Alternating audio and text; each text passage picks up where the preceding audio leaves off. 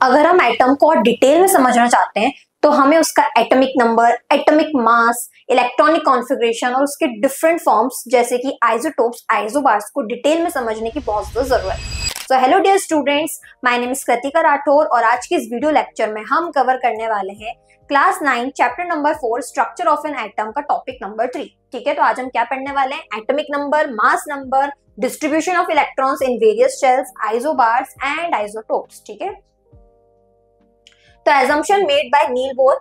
इससे पहले कि हम उसके शेल्स के बारे में पढ़े, इलेक्ट्रॉनिक कॉन्फ़िगरेशन के बारे में पढ़े, हमें नील बोर मॉडल को ना एक बार रिवाइज करना पड़ेगा। ठीक है, so only certain special orbits known as discrete orbit, जैसे रदरफोर्ड के मॉडल तक भैया अपन ने क्या पढ़ा था, अगर मैं ओवरव्यू दूं तो, कि रदरफोर्ड जो थे उनके मॉडल तक अपन ने इतना पढ़ा था कि न्यूक्लियस होता है, न्यूक्लियस में प्रोटॉन्स होते हैं, न्यूट्रॉन्स होते हैं। ठीक है, ये बनाते हैं ये बनाते हैं अपना न्यूक्लियस। ठीक है, न्यूक्लियस, और न्यूक्लियस के अराउंड रिवॉल्व करते हैं इलेक्ट्रॉन्स। अभी जो इलेक्ट्रॉन्स होते हैं ये मूव करते हैं सर्कुलर पाथ में, लेकिन ये ना एटम की स्टेबिलिटी को बता नहीं पाए थे, ये एटम की स्टेबिलिटी को नहीं बता पाए थे। ठीक है, तो रदरफोर्ड ने क्या क्या बोला था कि एटम होता है, एटम के बीच में न्यूक्लियस होता है, न्यूक्लियस का जो साइज होता है वो एटम के मुकाबले 10 टू द पावर -5 होता है ना, मतलब जो पूरा एटम होता है वो 10,000 गुना ज्यादा होता है as compare to the size of the nucleus.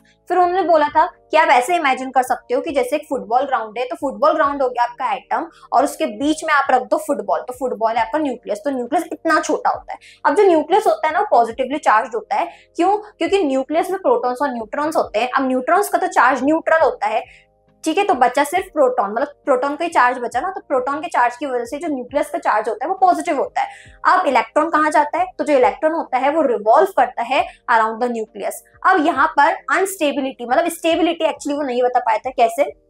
क्योंकि उनसे ये चीज पूछी गई कि एक बात बताओ, दूसरे साइंटिस्ट ने ये चीज काउंटर करी कि जो इलेक्ट्रॉन से अगर कोई भी चार्ज्ड बॉडी एक्सेलरेट करती है ना, तो वो एनर्जी रेडिएट करती है ना, रेडिएट करती है, एनर्जी रिलीज करती है। अगर इलेक्ट्रॉन रिवॉल्व करेगा, एक्सेलरेट करेगा न्यूक्लियस के अराउंड, तो वो भी एनर्जी रिलीज करेगा क्योंकि वो भी एक चार्ज्ड एंटिटी है। ठीक है, और एक टाइम ऐसा आएगा कि इलेक्ट्रॉन अपनी पूरी एनर्जी खो चुका होगा और वो न्यूक्लियस में आकर गिर जाएगा, जिस वजह से एटम एग्जिस्ट ही नहीं करेगा, एटम विल बी कोलैप्स्ड। लेकिन ऐसा तो नहीं है। ठीक है, एटम कोलैप्स होता तो इतने सारी चीजें नहीं होती, हम नहीं होते जिंदा। ठीक है, अगर एटम स्टेबल नहीं होता तो। फिर आए थे नील बोर, तो नील बोर ने ये चीज बताई थी कि देखो ऐसा नहीं होता है, होता कुछ ऐसा है कि while revolving in discrete orbits, मतलब जो इलेक्ट्रॉन्स होते हैं वो ऑर्बिट्स में, न्यूक्लियस के अराउंड ऑर्बिट्स होती है, उसमें रिवॉल्व करते जाते हैं। सो electrons do not radiate energy, जो इलेक्ट्रॉन्स होते हैं वो एनर्जी रेडिएट नहीं करते हैं, नहीं रिलीज करते हैं। क्यों? Energy is emitted or absorbed by an atom only when an electron moves from one orbit to another. मतलब अगर कोई इलेक्ट्रॉन, जैसे न्यूक्लियस है तो न्यूक्लियस के अराउंड ऑर्बिट से बहुत सारी, अगर इलेक्ट्रॉन एक ऑर्बिट से उछल कर, है ना, एक ऑर्बिट से दूसरे ऑर्बिट में चले जाता है, तभी उसको एनर्जी लगती है। ठीक है, तभी एनर्जी या तो रिलीज होती है, तभी एनर्जी या तो एब्सॉर्ब होती है।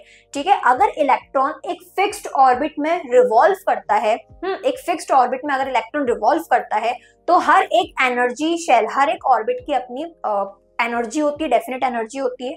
ठीक है, जिस वजह से जो इलेक्ट्रॉन होता है वो एनर्जी रिलीज नहीं करता है। तो जब तक इलेक्ट्रॉन एक फिक्स्ड ऑर्बिट में रिवॉल्व कर रहा है वो एनर्जी रिलीज नहीं करेगा, ना ही एनर्जी एब्सॉर्ब करेगा। लेकिन जब वो उस एक शेल से दूसरी शेल में जाएगा तो वो जरूर एनर्जी रिलीज या फिर एब्सॉर्ब कर सकता है।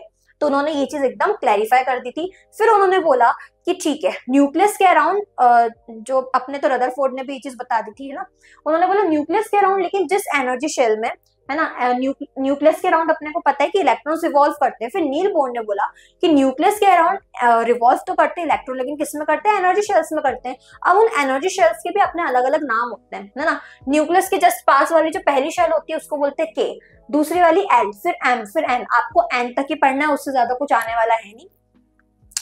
तो एन मतलब क्या होता है? Number of shells. एन मतलब क्या होता है? Number of shells, number of shells. ठीक है, तो न्यूक्लियस के बाद वाली मतलब फर्स्ट शेल उसको बोलते हैं के, देन एल, फिर एम, फिर एन, है ना। A few energy levels in an atom, energy level को एनर्जी शेल्स भी बोला जाता है। ओके फिर एटॉमिक नंबर किसको बोलते हैं? तो एटॉमिक नंबर याद रखो, the total number of proton lying in the nucleus of any atom. किसी एटम में जो टोटल नंबर ऑफ प्रोटॉन्स होते हैं, है ना, वो होता है एटॉमिक नंबर। ठीक है, so atomic number equals to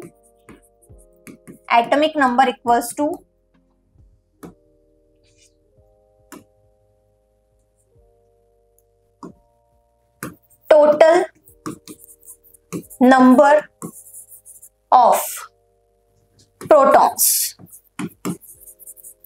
in an atom. मैंने पूछा क्लोरीन का एटॉमिक नंबर क्या है? 17।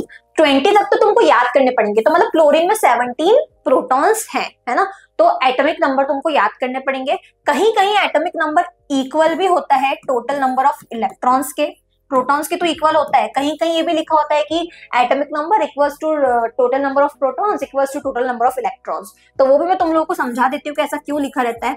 देखो ऐसा तभी होता है जब एटम जो होता है वो इलेक्ट्रिकली, जब एटम न्यूट्रल है तभी ये चीज होती है ना। अगर मैंने क्लोरीन ले लिया, ठीक है, और सिंपल दूध तो चलो सोडियम ले लेते हैं, है ना, सोडियम का एटॉमिक नंबर होता है 11। इसका मतलब ये हुआ कि हाँ भाई सोडियम का इलेक्ट्रॉनिक कॉन्फ़िगरेशन क्या है? 281 होता है। ठीक है, ये अभी अपन आगे पढ़ेंगे, अभी सिर्फ इतना देखते जाओ। सोडियम का इलेक्ट्रॉनिक कॉन्फ़िगरेशन होता है 281 होता है। ये मैं न्यूट्रल सोडियम की बात कर रही हूँ, अभी इसके ऊपर कोई चार्ज नहीं है तो ये न्यूट्रल है। ठीक है, अब एक बात बताओ, इसके पास प्रोटॉन कितने हुए? 11 हुए, क्योंकि अभी अपन ने पढ़ा कि एटॉमिक नंबर जितना होता है उतने नंबर ऑफ प्रोटॉन्स होते हैं। इलेक्ट्रॉन्स में इसके पास अभी 11 ही हुए। लेकिन मान लो कि सोडियम ने ना एक इलेक्ट्रॉन लूज किया स्टेबल होने के लिए। अब एक इलेक्ट्रॉन अगर इसने लूज किया, एक नेगेटिव चार्ज अगर इस पे से हट गया तो उसके ऊपर आ गया Na पॉजिटिव। अब इसका इलेक्ट्रॉनिक कॉन्फ़िगरेशन हो जाएगा 28। तो प्रोटॉन्स तो उसके पास अभी भी, क्योंकि प्रोटॉन्स तो भैया न्यूक्लियस के अंदर होते हैं, वो बाहर थोड़ी निकलते हैं। बाहर कौन निकलता है? रिएक्शन में पार्टिसिपेट करने के लिए, है ना, बाहर कौन निकलता है? इलेक्ट्रॉन्स निकलते हैं। बॉन्ड बनाने के लिए इलेक्ट्रॉन्स ही बाहर निकलते हैं, या इलेक्ट्रॉन्स ही अंदर जाते हैं, है ना, प्रोटॉन्स बाहर या अंदर नहीं जाते, प्रोटॉन्स और न्यूट्रॉन्स। ठीक है, तो इसका इलेक्ट्रॉनिक कॉन्फ़िगरेशन हो गया 28। अब इसके पास इलेक्ट्रॉन कितने हो गए? 10 हो गए, लेकिन प्रोटॉन तो अभी भी 11 है। तो ठीक है, atomic number total number of electrons के बराबर होता है, बट उसी केस में होता है जब एटम न्यूट्रल हो। ये एटम अभी न्यूट्रल नहीं है बिकॉज इसके ऊपर चार्ज प्रेजेंट है। आया समझ में? So the total number of proton lying in the nucleus of an atom is called the atomic number. An atomic number is the identity of an atom. Changing atomic number means changing the atom. अब ये जैसे तुम्हारा नाम तुम्हारी identity होता है, ठीक है, मेरा नाम कृतिका है। अब अगर तुम मुझे समृद्धि बुलाने लग जाओगे तो मैं क्या सुनूंगी तुम्हारी बात? मतलब तुमने बोला समृद्धि तो मैं पलट के नहीं देखूंगी ना, क्यों? क्योंकि मैं तो कृतिका हूँ। तो अपना जैसे नाम अपनी आइडेंटिटी को डिसाइड करता है कि नहीं करता है, उसी तरीके से एटम का जो एटॉमिक नंबर होता है वो उसकी आइडेंटिटी को डिसाइड करता है। ठीक है, अगर मैंने बोला एटॉमिक नंबर 17 तो इसका मतलब वो क्लोरीन है। अब 17 सिर्फ क्लोरीन का ही है, ठीक है, और किसी का नहीं। अब अगर मैंने बोला 11 तो 11 सोडियम का है, क्लोरीन का नहीं है।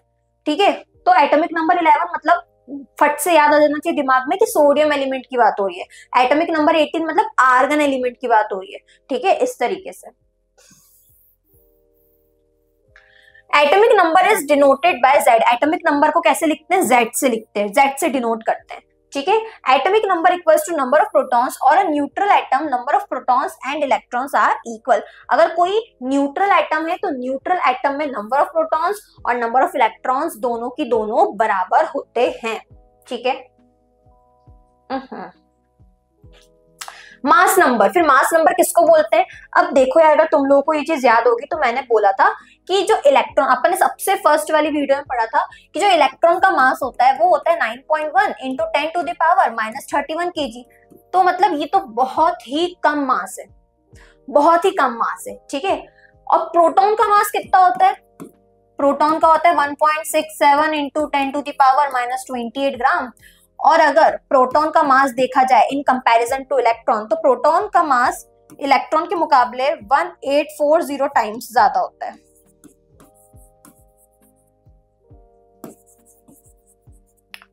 ठीक है, इतना डिफरेंस होता है। अब एक बात बताओ, जैसे कोई एटम है ना, अब एटम है तो उसमें इलेक्ट्रॉन, एटम किन चीजों से मिलकर बना है? Electron, proton, neutron. लेकिन इलेक्ट्रॉन का मास है लेकिन नेग्लिजिबल है, ना के बराबर है। तो एटॉमिक मास किसके बराबर होगा? भारी कौन होता है? एटम में भारी होता है। एटम में अगर कुछ मास है तो वो मास सिर्फ और सिर्फ प्रोटॉन और न्यूट्रॉन की वजह से है, ठीक है। अगर मान लो तुमने एटम में से सिर्फ इलेक्ट्रॉन रहने दिया लेकिन प्रोटॉन और न्यूट्रॉन हटा दिए, तो भैया फिर तो वैसे तो वो एटम स्टेबल होगा ही नहीं, लेकिन फिर तो उसमें कुछ तुम्हें दिखेगा ही नहीं, मतलब उसका कुछ मास तुम्हें फील ही नहीं होगा, बिल्कुल भी नहीं होगा। ओके, तो देख लेते हैं। वैसे भी इतना हल्का होता है, अभी भी फील नहीं होगा, लेकिन उसका कुछ मास बचेगा नहीं, इतना समझ लो बस, है ना। तो यहाँ पर में अपन देख लेते हैं, it is the sum of total number of protons. तो मास नंबर किसके बराबर होता है? Total number of protons and total number of neutrons lying in the nucleus of an atom. Mass number को डिनोट करते हैं ए से, एटॉमिक नंबर को डिनोट करते हैं जेड से, मास नंबर को डिनोट करते हैं ए से, ठीक है। Mass number equals to number of protons plus number of neutrons. Representation of an atom, इसको यहां देख लेते हैं अपन। रिप्रेजेंटेशन ऑफ एन एटम,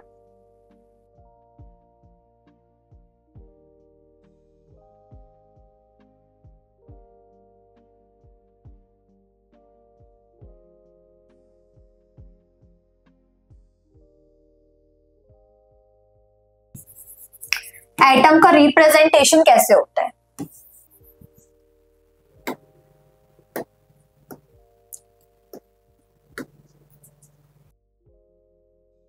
देखो E है ना, E मतलब वो जो एटम का जो भी सिंबल है ना, E इक्वल्स टू सिंबल, चलो मैं लिखते जाऊंगी इसको साथ साथ, लेकिन अभी सिर्फ समझ लो। E क्या है? Symbol of an atom. नीचे नीचे अपन लिखते हैं Z मतलब एटॉमिक नंबर, और ये सब स्क्रिप्ट है, और सुपर स्क्रिप्ट में अपन लिखते हैं A एटॉमिक नंबर, ठीक है। अब मैं यहाँ लिखते जाती हूँ और इसको अपन बॉक्स में पैक कर देंगे। E equals to symbol of an atom, ठीक है। Z equals to atomic number, example भी दूंगी अभी मैं, और A equals to atomic mass, ठीक है। अब इसको अपन जरा बॉक्स में क्लोज कर देते हैं।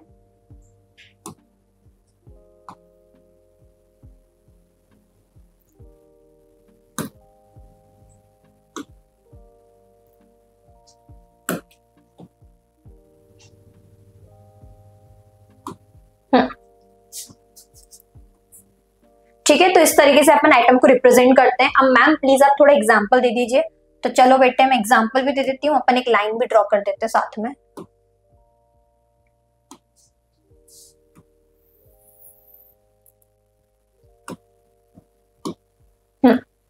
एग्जाम्पल हाइड्रोजन, ठीक है। हाइड्रोजन को कैसे लिखेंगे? H है उसका सिंबल, नीचे आ जाएगा 1 क्योंकि हाइड्रोजन का एटॉमिक नंबर होता है 1, ठीक है।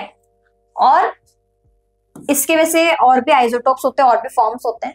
मैं एक काम करती हूँ, आर्गन का दे देती हूँ, ठीक है। कैल्शियम का ले लेते हैं, चलो इसके आइसोटोप्स अपन पढ़ेंगे, टेंशन लेने वाली बात नहीं है।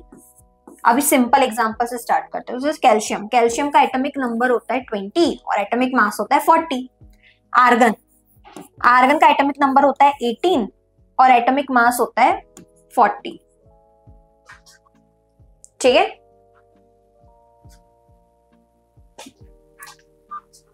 कहां गए अपन?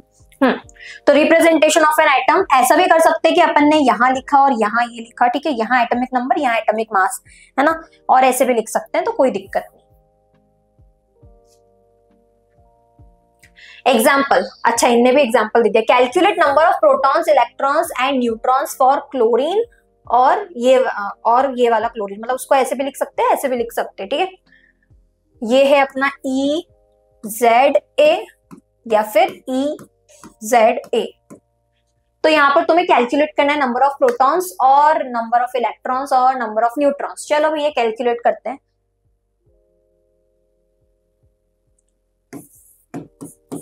क्लोरीन, ठीक है। अब क्लोरीन यहां पर है 17, क्लोरीन का एटॉमिक नंबर होता है 17 और एटॉमिक मास होता है 35, ठीक है। अब देखो, सबसे पहले अपने को पता है कि atomic number is equals to number of protons और number of electrons for neutral atom. ठीक है, ये एटम न्यूट्रल है तो इसका मतलब नंबर ऑफ प्रोटॉन्स जो होंगे क्लोरीन के केस में वो है 17 एंड नंबर ऑफ इलेक्ट्रॉन्स भी क्लोरीन के केस में होंगे 17। ठीक है, अब नंबर ऑफ न्यूट्रॉन्स कैसे फाइंड करें, तो उसके लिए अभी अपन ने एक फॉर्मूला देखा था, वो मैं यहाँ पर फिर से लिख देती हूं कि mass number equals to number of protons plus number of neutrons. ठीक है, मास नंबर जो भी एटॉमिक मास है ना वो, इसको मैं अंडरलाइन भी कर देती हूँ भैया, सर्कल में डाल देते हैं अपन इसको, लेट सर्कल इट आउट। चलो ठीक है, अब देखो मास कितना है क्लोरीन का 35, पीछे ही लिखा हुआ है, एंड नंबर ऑफ प्रोटॉन्स कितने हैं 17, क्योंकि जितना एटॉमिक नंबर होता है उतना ही है ना। नंबर ऑफ न्यूट्रॉन्स अपने को फाइंड करना है, तो दोनों को सब्ट्रैक्ट कर दो। So 35 minus 17 equals to number of neutrons, तो कितना आ गया 15 माइनस 7 कर दो। ठीक है, तो अपना आ गया, मेरी मैथ्स इतनी कच्ची क्यों है, 9 और या 90 नंबर ऑफ न्यूट्रॉन्स हो गया। गधी हूं मैं, 18। चलो next, distribution of electrons in various shells, है ना। अब वेरियस शेल्स में इलेक्ट्रॉन का डिस्ट्रीब्यूशन कैसे हुआ है, तो देख लो यहाँ पर, ये है बोर-बरी स्कीम, मतलब नील बोर ने दिया था ये। The distribution of electrons in various shells is done in accordance with the Bohr Bury scheme. Bohr Bury scheme क्या होती है, the filling of electron in an atom is done in accordance to 2n square, है ना, where n is the number of shell and 2n square represent the total number of electron that can be accommodated in that particular shell। इसका मतलब क्या हुआ, जैसे कि मैंने लिया सोडियम का एटम मान लेते हैं, है ना, ये एक सर्कल है ना, ये है अपना न्यूक्लियस, न्यूक्लियस के अराउंड है शेल्स। ठीक है,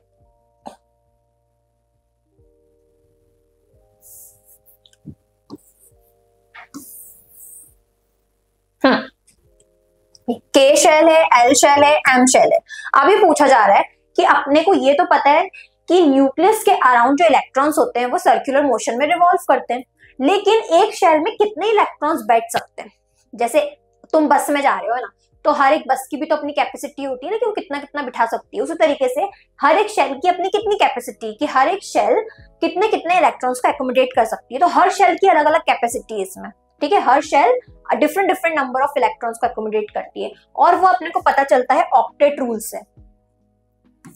ऑक्टेट रूल, ऑक्टेट रूल क्या कहता है, ऑक्टेट रूल मतलब 2n स्क्वायर, जहां पर n का मतलब होता है नंबर ऑफ शेल्स। ठीक है, जैसे यहाँ पर ये k है, n equals to 1, n equals to 2, n equals to 3, k l m n। अगर तुम मान लो n शेल भी ले रहे हो तो वो हो जाएगा n इक्वल्स टू 4। ओके, ये हो जाएगी n शेल। चलो ठीक है,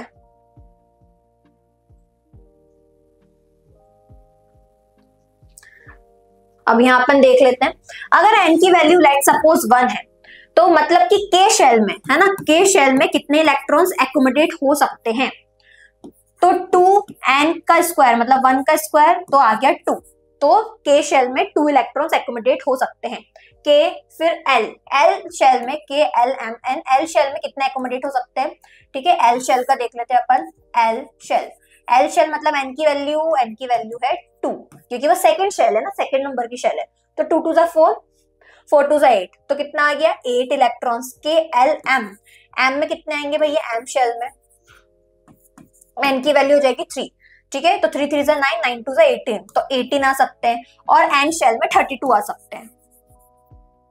ठीक है, 32 एंड सो ऑन, है ना, तुमको इससे ज्यादा तो नहीं पढ़ना है और शेल्स में कितने कितने आ सकते हैं। ठीक है, और कोई एटम तब स्टेबल होता है जब उसके आउटर मोस्ट शेल में 8 इलेक्ट्रॉन्स हो, ये भी याद रखना। ओके, तो यहाँ पर कितना आ जाएगा 2 8 18 32। ठीक है, तो यहाँ देख लो भैया, maximum number of electrons that can be filled in a particular shell. तो अगर n की वैल्यू 1 है, के शेल में 2n² अगर तुम अप्लाई करोगे तो 2 इलेक्ट्रॉन्स, ठीक है, मैंने खुद ही सॉल्व करके बता दिया इतना तो है ना। फिर एल शेल में 8 इलेक्ट्रॉन्स, एम में 18 एंड एन में 32, यहाँ पर भी लिख देते हैं अपन, ओके। तो यहाँ पर 2 इलेक्ट्रॉन्स, 2 इलेक्ट्रॉन्स एकोमोडेट हो पाएंगे, यहाँ पर 8 इलेक्ट्रॉन्स एकोमोडेट हो पाएंगे। ग्रीन कलर सेलेक्ट कर लेते हैं ताकि अपने को इलेक्ट्रॉन्स अलग से दिख जाए। कभी येलो नहीं किया ना अपन ने, येलो करते हैं आज, है ना। 1, अरे वाह, 2 3 4 5 6 7 8। लेकिन अगर किसी एटम को स्टेबल होना तो उसके आउटरमोस्ट शेल में 8 इलेक्ट्रॉन्स कंप्लीट होना चाहिए। अब इसके पीछे का कॉन्सेप्ट तुम हायर क्लासेस में पढ़ोगे 11th 12th में, लेकिन अभी बस ये चीज याद रखने वाली है, तो बस याद ही रखना है ना। The outermost shell can't hold more than 8 electrons, मतलब जो outermost shell होती है ना, outermost shell में 8 इलेक्ट्रॉन से ज्यादा इलेक्ट्रॉन नहीं होनी चाहिए, while the second last shell can't have more than 18 electrons, मतलब जो सेकेंड लास्ट शेल होती है ना उसमें 18 से ज्यादा इलेक्ट्रॉन्स नहीं होने चाहिए, ठीक है। Even though they may have capacity to hold more electrons, भले उनके पास कैपेसिटी हो कि नहीं भैया ये तो फोर्थ वाली शेल है, इसमें 32 इलेक्ट्रॉन्स एकोमोडेट हो सकते हैं, लेकिन तब भी जो लास्ट शेल होती है उसमें 8 इलेक्ट्रॉन्स होने चाहिए और जो सेकेंड लास्ट शेल होती है उसमें 18 से ज्यादा इलेक्ट्रॉन्स नहीं होने चाहिए, ठीक है। अब इसका कॉन्सेप्ट तुम्हें हायर क्लासेस में पढ़ना है तो अभी दिमाग लगाने की जरूरत नहीं है, अभी से याद रख लेना। फिर एग्जाम्पल देख लेते हैं कैल्शियम का, है ना। तो कैल्शियम का इलेक्ट्रॉनिक कॉन्फ़िगरेशन कैसे हुआ है। The electron distribution will be,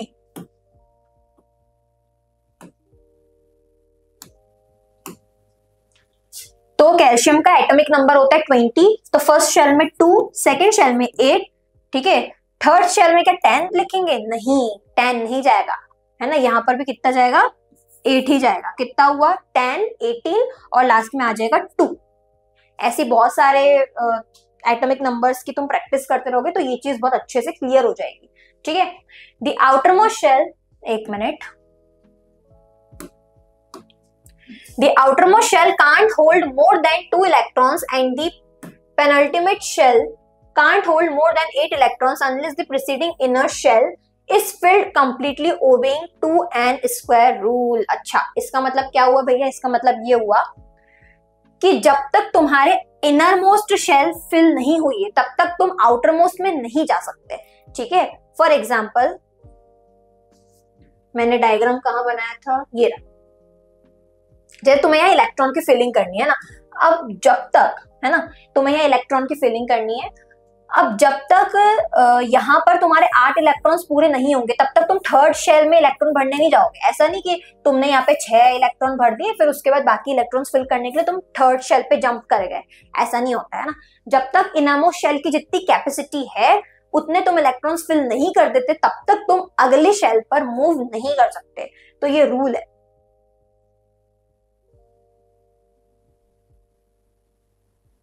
कहाँ गया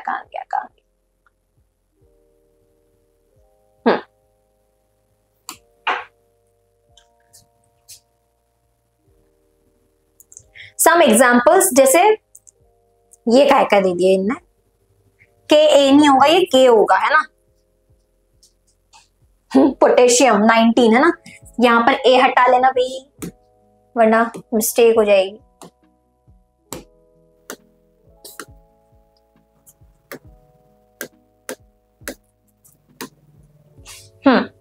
जैसे K19 में पोटेशियम का एटॉमिक नंबर होता है 19, ओके। तो फर्स्ट शेल में the outermost shell can't hold more than 2 electrons, है ना। तो जैसे 2 फिर 8 फिर 8 फिर 1, ठीक है।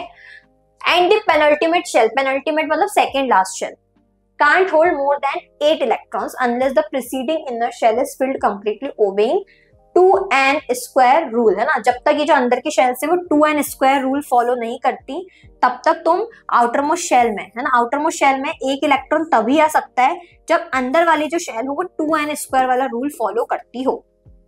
अगर अंदर वाली शेल्स 2n² वाला रूल फॉलो नहीं करती हैं तो तुम आउटरमोस्ट शेल में ये जो 1 या 2 इलेक्ट्रॉन है उसको फिल नहीं कर सकते, है ना। चलो, एल्यूमिनियम का 283, ओके। फिर उसके बाद फ्लोरीन का 27, नियॉन का 28, है ना। फर्स्ट शेल में कितने जाते हैं 2, चलो मैं करके बताती जाती हूँ। नियॉन है ना, नियॉन में फर्स्ट शेल में कितने इलेक्ट्रॉन जाते हैं भैया, 2 जा पाएंगे। सेकेंड शेल में कितने जा पाएंगे, 8 जा पाएंगे। तो हो गया नियॉन का एटॉमिक सॉरी इलेक्ट्रॉनिक कॉन्फ़िगरेशन पूरा। ये जो इलेक्ट्रॉन्स को बढ़ने वाली प्रोसेस होती है ना शेल एनर्जी लेवल्स के अकॉर्डिंग, इसी को इलेक्ट्रॉनिक कॉन्फ़िगरेशन बोला जाता है। सोडियम 281, फर्स्ट शेल में 2 जाता है मैक्सिमम, सेकंड शेल में 8 जाता है, थर्ड शेल में 1 जाता है। ठीक है, तो ये वाला पॉइंट अच्छे से समझ में आया कि जब तक है ना, जब तक अंदर वाली शेल्स में 2n² रूल फॉलो नहीं हो जाता तब तक तुम आउटर मोस्ट शेल में है ना, अल्टीमेट जो लास्ट वाली शेल होती तब तक उसमें तुम 2 इलेक्ट्रॉन नहीं रख पाओगे, और जो सेकेंड लास्ट वाली शेल होती है उसमें 8 इलेक्ट्रॉन नहीं रख पाओगे तब तक, जब तक कि अंदर वाली जो उसके जो अंदर वाली शेल्स हैं, लास्ट 2 शेल्स के अंदर वाली शेल्स हैं, वहां पर 2n² रूल फॉलो नहीं हो रहा हो। ठीक है, valence shell and valence electrons. ठीक है, so from Bohr Bury sequence we know that maximum number of electrons which can be accommodated in outermost shell. Outermost shell में मैक्सिमम 8 इलेक्ट्रॉन ही अकोमोडेट हो सकते हैं, और जो लास्ट वाली शेल होती है उसी को वैलेंस शेल बोलते हैं, और जो लास्ट शेल में इलेक्ट्रॉन्स होते हैं उन्हीं को वैलेंस इलेक्ट्रॉन्स बोलते हैं। ठीक है, लास्ट शेल को वैलेंस शेल बोलते हैं। मैं लिख देती हूँ यहाँ पर वरना भूल तो जाओगे।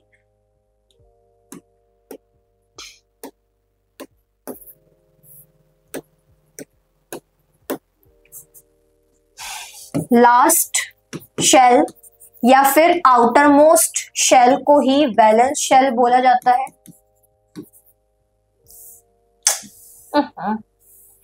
मिट जा भाई।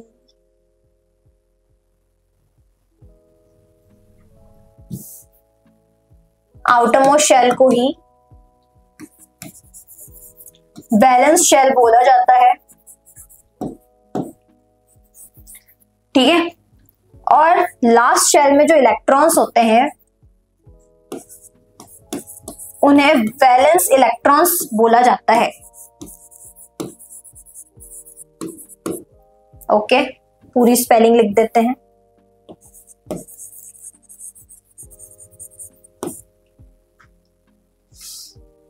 चल, so every element has an urge to have 8 electrons in its outermost shell. In achieving 8 electrons, an atom can either gain electron or lose electron, है ना। अब 8 इलेक्ट्रॉन पूरे करने के लिए या तो इलेक्ट्रॉन गेन कर सकते हैं या तो लूज कर सकते हैं। कैसे, वो भी बता देती हूँ। जैसे कि यहाँ पर सोडियम है ना, अब सोडियम का इलेक्ट्रॉनिक कॉन्फ़िगरेशन होता है 281। अब एटम जो है वो फुल्ली स्टेबल कब होता है, जब उसके आउटरमोस्ट शेल में 8 इलेक्ट्रॉन्स पूरे होते हैं कि नहीं होते हैं। ठीक है, अब इस केस में सोडियम क्या करेगा, 7 इलेक्ट्रॉन या तो उसको लेने पड़ेंगे या तो 1 इलेक्ट्रॉन लूज कर देगा, तो उसके आउटरमोस्ट शेल में 8 इलेक्ट्रॉन्स कंप्लीट हो जाएंगे। अब क्या चीज आसान होती है, 7 लोगों से बेटा भीख मांगना या फिर 1 इलेक्ट्रॉन डोनेट कर देना। तो वो 1 इलेक्ट्रॉन डोनेट कर देगा, है ना। तो डोनेट करने के बाद उसको उसके ऊपर पॉजिटिव चार्ज आ जाएगा, एक पॉजिटिव चार्ज आ जाएगा। क्यों, क्योंकि उसने एक नेगेटिव चार्ज को बाहर निकाल दिया। ठीक है, इसलिए उसके ऊपर आ गया एक पॉजिटिव चार्ज। अब वो स्टेबल हो गया 2-8। तो इसलिए लिखा हुआ है कि इलेक्ट्रॉन्स मतलब जो एटम होता है वो या तो इलेक्ट्रॉन लूज कर कर अपना मतलब अपना ऑक्टेट पूरा करता है, या तो इलेक्ट्रॉन गेन कर कर। जैसे क्लोरीन का एटॉमिक नंबर होता है 17 और इसका इलेक्ट्रॉनिक कॉन्फ़िगरेशन होता है 287। अब बेटा 7 इलेक्ट्रॉन देना ज्यादा आसान है, 1 इलेक्ट्रॉन लेना ज्यादा आसान है। तो वो 1 इलेक्ट्रॉन की बेटा भीख मांग लेता है, सोडियम से ही मांग ली होगी उसने। ठीक है, तो बन गया 288 और क्लोरीन के ऊपर नेगेटिव चार्ज आ गया। ठीक है, तो या तो एटम इलेक्ट्रॉन लूज करके अपना ऑक्टेट पूरा करता है या तो इलेक्ट्रॉन गेन करके अपना ऑक्टेट पूरा करता है।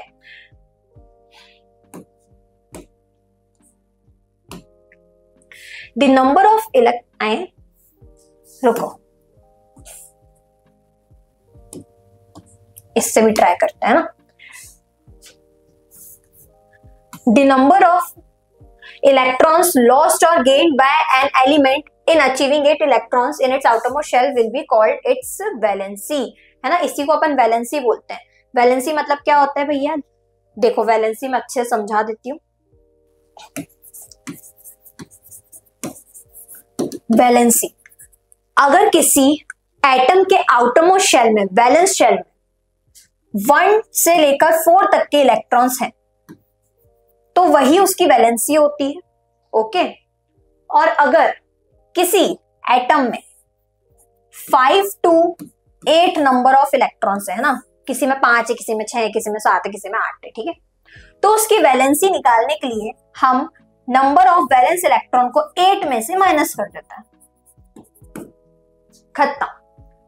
ठीक है, इसका एग्जांपल जैसे सोडियम, सोडियम का इलेक्ट्रॉनिक कॉन्फ़िगरेशन होता है 281, मतलब इसके आउटर मोस्ट शेल में 1 इलेक्ट्रॉन है ना। तो अगर वैलेंसी अगर मतलब वैलेंस इलेक्ट्रॉन 1 to 4 के बीच में, वैलेंस इलेक्ट्रॉन्स अगर 1 to 4 के बीच में है ना, तो जो आउटर मोस्ट शेल में जितने इलेक्ट्रॉन से जो वैलेंस इलेक्ट्रॉन है वही उसकी वैलेंसी हो जाती है। तो सोडियम की वैलेंसी तो हो गई 1, लेकिन मैंने एग्जाम्पल दिया क्लोरीन का, ठीक है, या फिर चलो मैग्नीशियम ले लेते हैं, कुछ अलग भी ले लेते हैं अपन।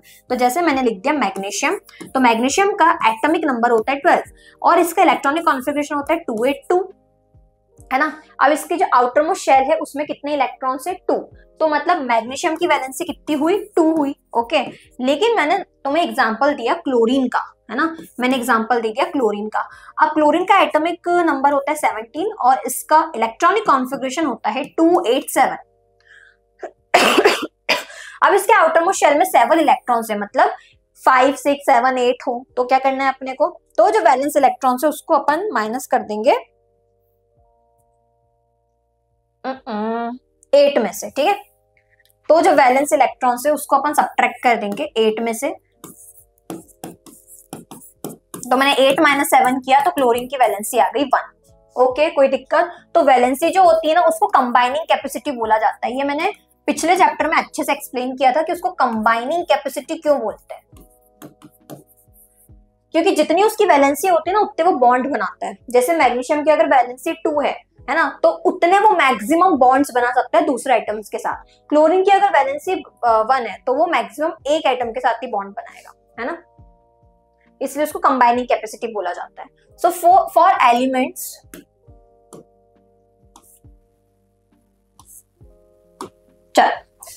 for elements like hydrogen, helium, lithium, beryllium and boron, these elements lose their outermost shell electron to achieve 2 electrons in their outermost shell. These elements will have valence in accordance to this act. अब जैसे अगर मैं example लूं hydrogen का, तो तुम्हारे मन में आएगा कि मैम हाइड्रोजन हो गया, हीलियम हो गया, इनके पास तो सिर्फ 2 इलेक्ट्रॉन्स होते हैं, है ना। तो मतलब सॉरी, हाइड्रोजन के पास तो 1 इलेक्ट्रॉन है ना, हीलियम के पास 2 इलेक्ट्रॉन है। अब इनको ऑक्टेट तो है ही नहीं, तो इसका मतलब क्या स्टेबल नहीं है? नहीं, ये कुछ एक्सेप्शंस हैं, जैसे हाइड्रोजन हुआ, हीलियम हुआ, ठीक है, ये अगर अपना ऑक्टेट पूरा मतलब ये अगर अपना ड्यूप्लेट पूरा कर लेते हैं तो भी ये स्टेबल माने जाते हैं। ड्यूप्लेट मतलब आउटर मोस्ट शेल में 2 इलेक्ट्रॉन्स होना, आउटर मोस्ट शेल में 2 इलेक्ट्रॉन्स होना उसको बोलते हैं ड्यूप्लेट, ठीक है, तो भी स्टेबल रह लेते हैं। फिर यहाँ पर तुम्हें वैलेंसीज याद करनी है, इलेक्ट्रॉन का डिस्ट्रीब्यूशन ये तुम्हें प्रैक्टिस करना है। आइसोटोप्स क्या होते हैं? आइसोटोप्स वो एलिमेंट्स होते हैं जिनका एटॉमिक नंबर सेम होता है लेकिन एटॉमिक मास डिफरेंट होता है। बहुत आसान है, जैसे क्लोरीन है ना, अब जो क्लोरीन है वो उसके 2 आइसोटोप्स होते हैं, मतलब एक दोनों का एटॉमिक नंबर सेम है 17 लेकिन एक क्लोरीन होता है जिसका एटॉमिक नंबर 35 होता है और एक क्लोरीन होता है जिसका एटॉमिक नंबर 37 होता है, ठीक है। तो नेचर में जरूरी नहीं है कि एक एलिमेंट या एक एटम एक ही फॉर्म में पाया जाए, वो डिफरेंट फॉर्म्स में पाया जाता है और उनके उन डिफरेंट फॉर्म्स को, जैसे मैंने इंट्रो में बोला था, उनके उन डिफरेंट फॉर्म्स को अपन आइसोटोप से आइसोबार से बोलते हैं, ठीक है। तो क्लोरीन के 2 आइसोटोप्स हैं। आइसोटोप्स मतलब ऐसे एलिमेंट्स या ऐसे एटम्स जिनका एटॉमिक नंबर सेम होता है बट एटॉमिक मास डिफरेंट होता है, ओके, उसको अपन आइसोटोप बोलते हैं। आइसोटोप के यूजेस कहाँ होते हैं?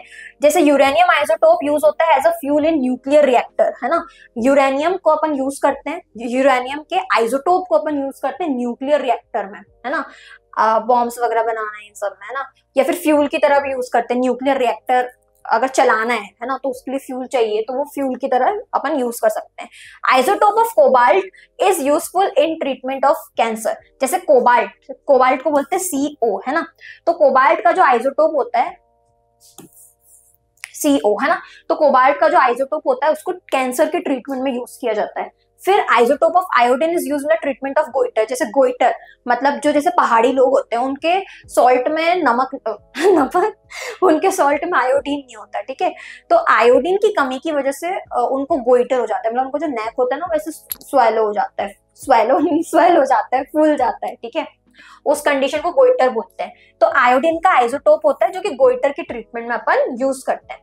नेक्स्ट आइसोबार्स, आइसोबार्स आइसोटोप्स का जस्ट उल्टा होता है। आइसोबार्स वो होते हैं ऐसे एलिमेंट्स जिनका एटॉमिक नंबर डिफरेंट है लेकिन एटॉमिक मास सेम है, जैसे आर्गन और calcium.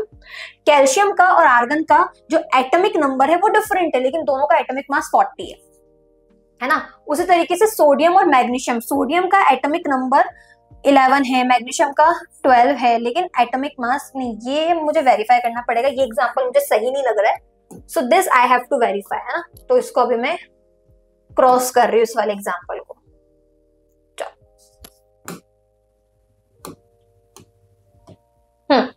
So isobars are the atoms of those elements which have the same mass number but different atomic numbers are called isobars। जैसे कैल्शियम और argon हो गया, उनका सेम मास नंबर होता है और डिफरेंट एटॉमिक नंबर होता है, ठीक है। तो आज जो भी हमने पढ़ा, atomic number, atomic mass, isotopes, isobars, electronic configuration, उससे हमें एटम की पहचान को डिटेल में पढ़ने का मौका मिलता है। हम एटम्स को और बेहतर तरीके से समझ पाते हैं और हमने समझा भी बहुत अच्छे से।